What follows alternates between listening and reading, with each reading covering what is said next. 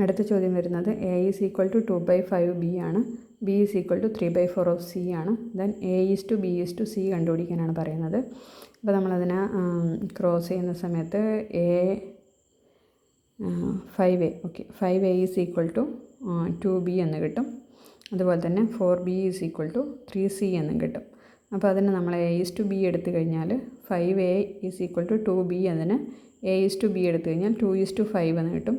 B is to സീനെ എടുത്തു കഴിഞ്ഞാൽ 3:4 എന്നാണ് കിട്ടുക.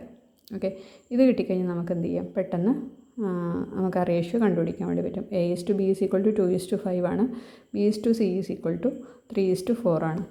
അപ്പോൾ അങ്ങനെ വരുന്ന സമയത്ത് 2:5ഉം 3:4ഉം കിട്ടും.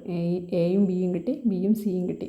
അതിന് ശേഷം എന്ത് ചെയ്യുക, 2നെയും 3നെയും കൂടെ മൾട്ടിപ്ലൈ ചെയ്യുക, 3നെയും 5നെയും കൂടെ മൾട്ടിപ്ലൈ ചെയ്യുക, 5നെയും 4നെയും തമ്മിലും മൾട്ടിപ്ലൈ ചെയ്യാം. ഈ ഒരു രീതിയിൽ ചെയ്ത് കഴിഞ്ഞാൽ നമുക്ക് എന്ത് കിട്ടും, A is to B is to C കിട്ടും. അത് ചെയ്യുന്ന സമയത്ത് 2 × 3 6 കിട്ടും, 3 × 5 15 കിട്ടും, 5 × 4 20 കിട്ടും.